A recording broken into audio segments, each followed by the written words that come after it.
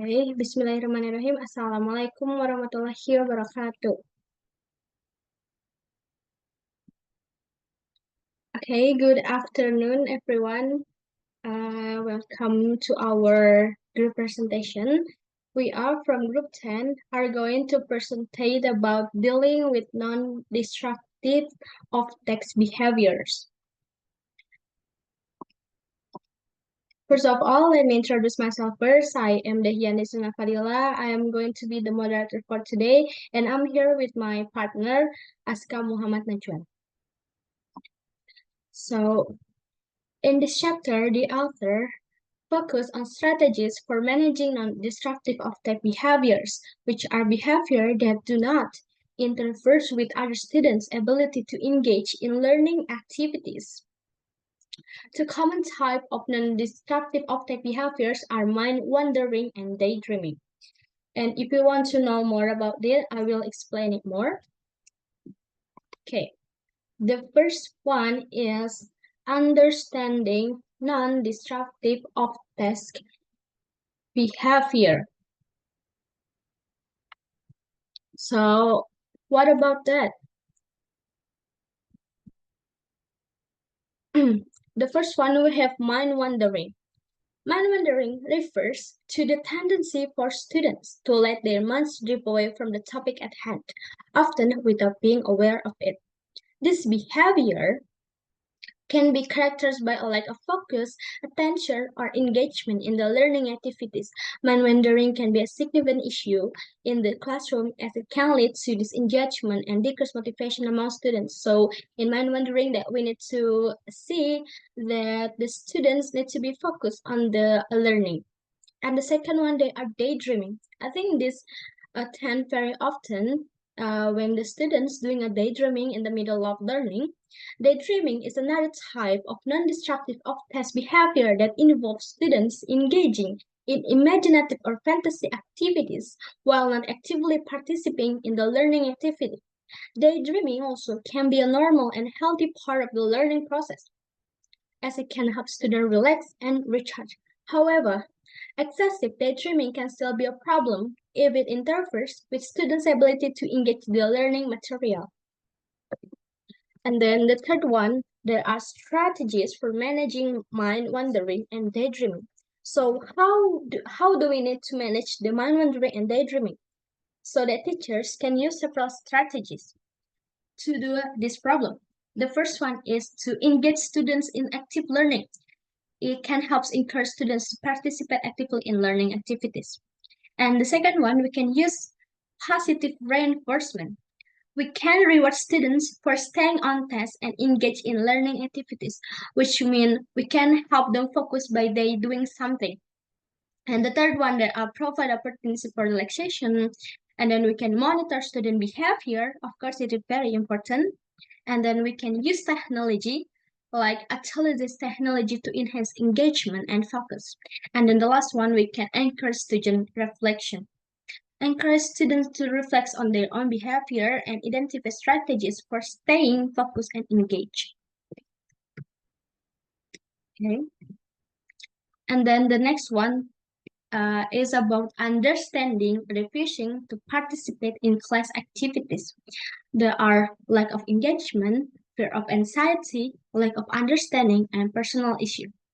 Refusing to participate in class activities can be challenging issue, of course, like for teachers, as it can be difficult to determine the underlying cause of the behavior. It is very important for the teachers that we need to see the motivation of the student in learning engagement so that they want to participate in the class. The first one is lack of engagement. Students may not find the learning activities engaging or relevant to their interests, leading them to disengage from the activities. And this is, I think, kind of tend to more often happening. Fear of anxiety. Students may be experiencing fear of anxiety related to the learning activities, such as fear of failure or anxiety about being evaluated. And then lack of understanding. Lack of understanding, students may not fully comprehend the learning activity or the expectation for participation, leading to confusion and disengagement. I think this is also very often happen. Like there are a lot of students, they happen didn't understand about what the teacher says to them. And the last one is personal issues. Students may be dealing with personal issues such as family problems or health concerns that make it difficult for them to focus on learning activities.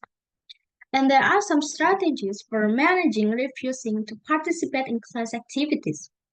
The first one, we can encourage students' reflection. Encourage students to reflect on their own behavior and identify reason for not participating in class activities. Like we can ask them why they don't want to participate in the class. And then we can provide alternative activities. We can do some fun things to make them motivate to do the continual learning activities. And then we can build positive relationship. It is very important that we as the teachers need to build a positive relationship with the students. And then there are a lot more. And the next point is, how do we understanding failing to complete homework assignments? Okay. So in here, failing to complete homework assignment can be a challenging issue for teachers, as it can be difficult to determine the underlying causes of the behavior. Some possible reasons for this behavior include a lack of understanding, lack of engagement, personal issues, and time management. Some points are similar to some points I ever explained before. The first one is lack of understanding. Of course, when we get them homework, they sometimes didn't make it happen to do the homework because they don't understand what they need to do. And then there are lack of engagement. Students may not find the learning activity engaging or relevant to their interests, leading them to disengage from the activities. Lack of engagement, because sometimes students just want to do what they like, and if they don't like it, they maybe not want to do it. And then personal issues. And the last one is time management. It is very, very hard for the students to do the time management. Students may struggle with time management, leading to difficulties in completing homework assignment on time. And there are some strategies for managing failing to complete homework assignment. As the teachers, first one, we can provide clear expectation.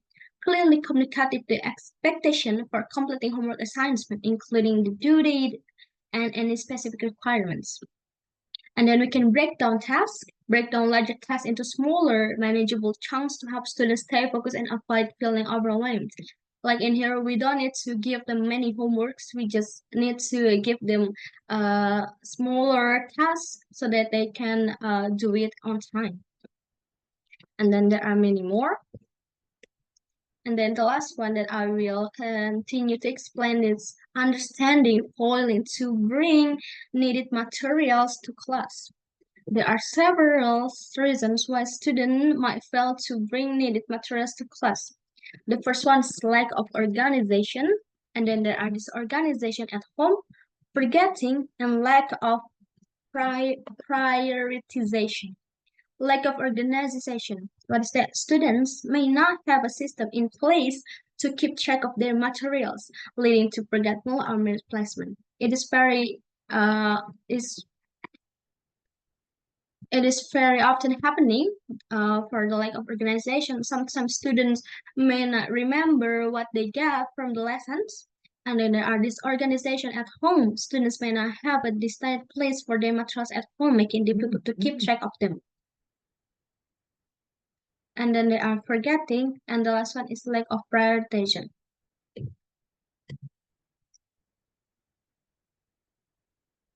Okay, the next point is going to be explained by Aska. Aska, time is yours. Okay, thank you, Dehia. So now let's talk about the understanding being under influence of debuting of drugs. Okay, being under the influence of drugs can be challenging issue for teachers to manage as it can affect student cognitive abilities, motivation, and overall behavior.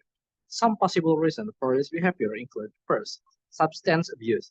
Students may be using drugs to cope with stress, anxiety, or other emotional issues, leading to impaired cognitive function and decreased motivation. Second, lack of support. Students may not have access to adequate support systems such as counseling or medical treatment to help them manage their drug use. Third, environmental factor.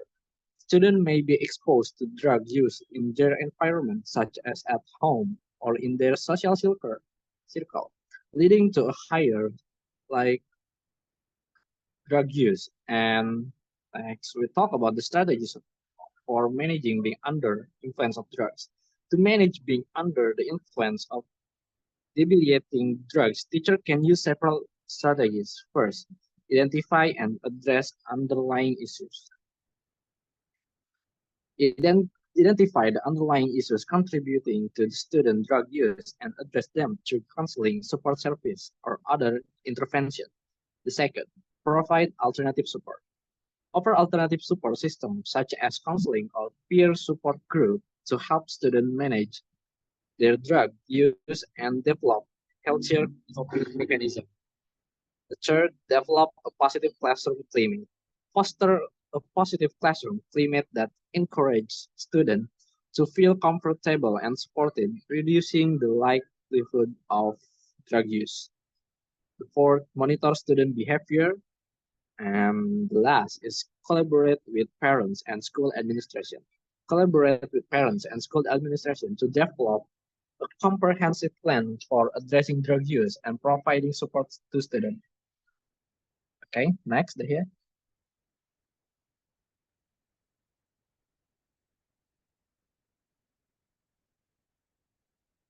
Okay, next is how to understanding school-wide policies for extrinsically motivating student attendance.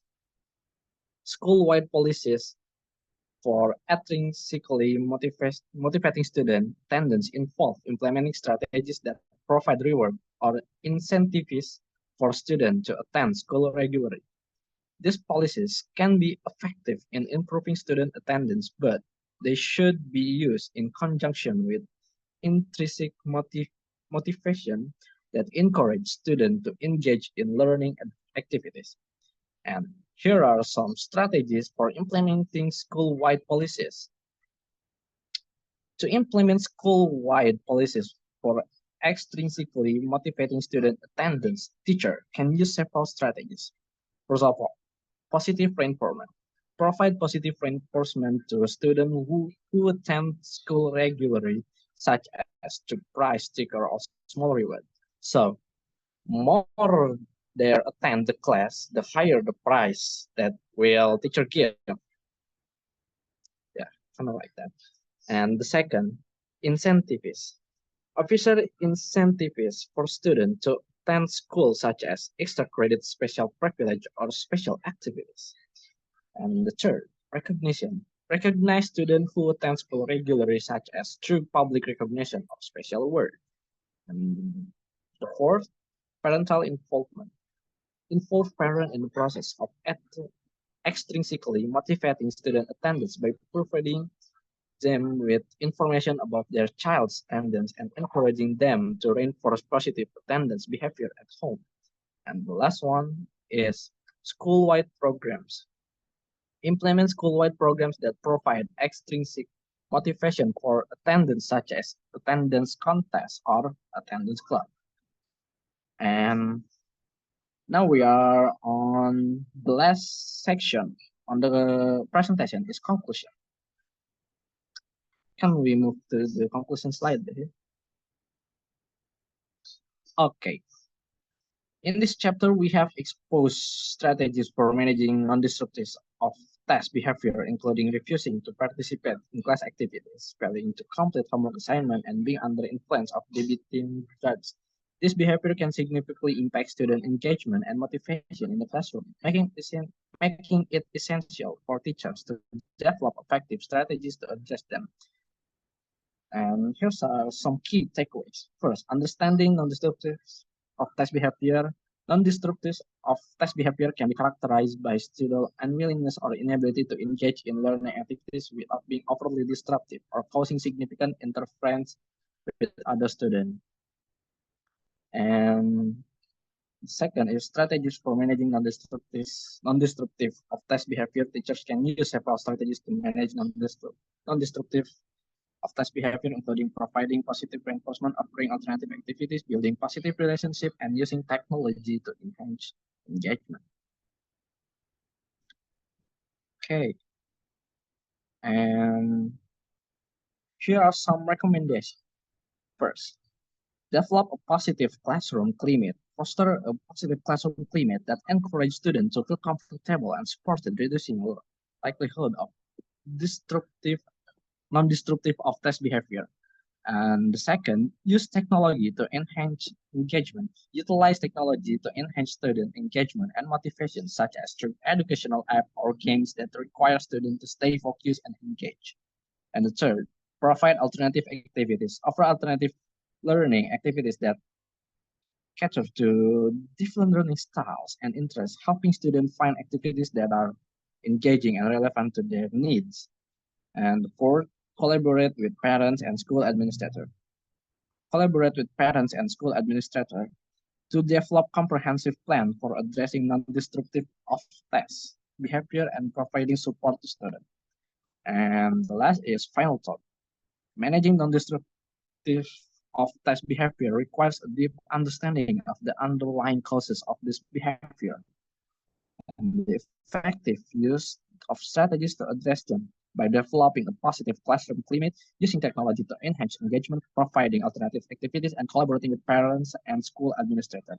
Teachers can help students develop a positive attitude toward learning and improve their overall academic performance. That's all from me. Going back to Dahlia. Thank you. Okay, thank you so much, Aska, for explaining the materials. And I think that's the end of our presentation. Thank you so much for whoever already watched until the end. We are sorry for our mistakes. And thank you so much for the attention. Wassalamualaikum warahmatullahi wabarakatuh.